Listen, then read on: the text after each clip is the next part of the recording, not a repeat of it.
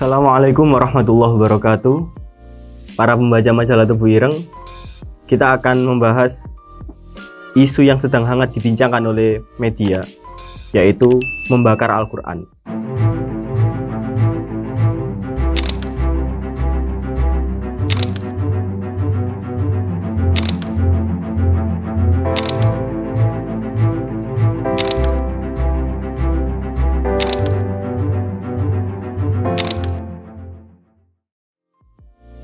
Sebagaimana judul video ini, kita akan membahas urusan membakar Al-Quran tersebut menurut perspektif pakar tafsir Tebu Ireng. Bukan saya pakar tafsirnya, tapi beliau, Kiai Haji Ahmad Musta'in Syafi'i, atau yang biasa akrab dipanggil Kiai Ta'in.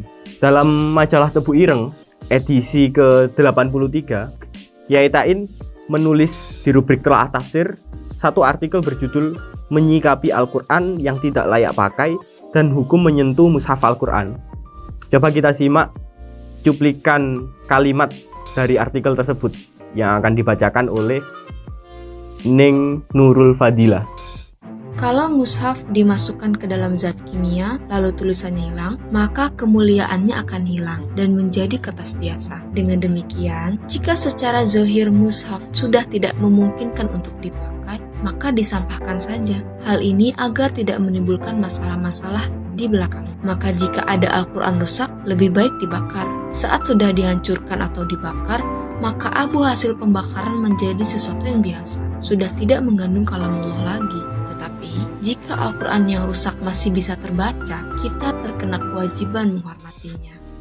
Dari cuplikan paragraf tersebut, kita menjadi tahu bahwa membakar Al-Quran itu ternyata tidak selamanya buruk. Jika membakar Al-Quran yang sedang disorot oleh media-media hari ini, mayoritas menyatakan bahwa membakar Al-Quran itu buruk. Di sini kita tahu, berdasarkan tulisan Kiai Ta'in ini, bahwa membakar Al-Quran itu ada kalanya baik. Kapan itu? Ketika Al-Quran sudah tidak layak pakai dan daripada Al-Quran itu berserakan menjadi sampah yang justru menjadi terhina ya karena berserakan, dan Al-Qurannya masih bisa dibaca dan mushafnya masih bisa dibaca, lebih baik kita bakar. Artinya membakar Al-Quran akan memuliakan Al-Quran itu sendiri. Ini satu poin di tulisan ini. Lalu dengan ini apakah tindakan Rasmus yang membakar Al-Quran di kedutaan Turki itu benar? Tidak begitu.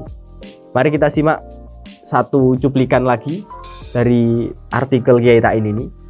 Mushaf hakikatnya adalah sebuah benda dan tidak ada nilai sakralitas. Namun karena dalam kertas tersebut terkandung kalamullah, maka mushaf tersebut mempunyai nilai yang berbeda dari kertas-kertas lainnya. Kertas yang awalnya benda biasa menjadi punya nilai sakralitas. Ia terangkat derajat karena ada amrun kharij atau faktor eksternal.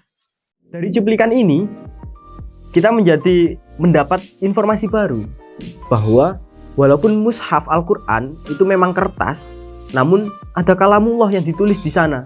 Dengan adanya kalamullah itu, yang menurut Kiai Ta'in tadi disebut sebagai amrun kharij, kertas ini kemudian menjadi mulia, mushaf menjadi mulia, menjadi punya nilai sakral. Karena punya nilai sakral, artinya kita harus menghormati dong Al-Quran atau mushaf Al-Quran yang dia tidak bersalah apa-apa gitu. Beda dengan yang tadi ya, Al-Quran sudah tidak layak pakai, kita menyelamatkannya dengan membakarnya. Nah ini Al-Quran yang sudah baik-baik saja, maka membakarnya dengan niat, kalau si Rasmus itu niatnya adalah motif politik ya, dia punya kepentingan politik yang kemudian kepentingan itu disuarakan melalui membakar Al-Quran.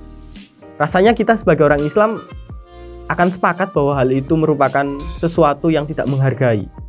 Tentu saja si Rasmus ini bukan orang Islam ya, yang artinya dia tidak kena beban taklif. Namun protes atasnya kami majalah Tebu Ireng mendukung.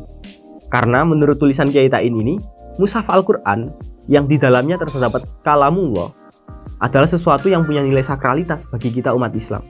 Sehingga kita harus membelanya. Sampai di sini ada dua hal yang bisa kita garis bawahi.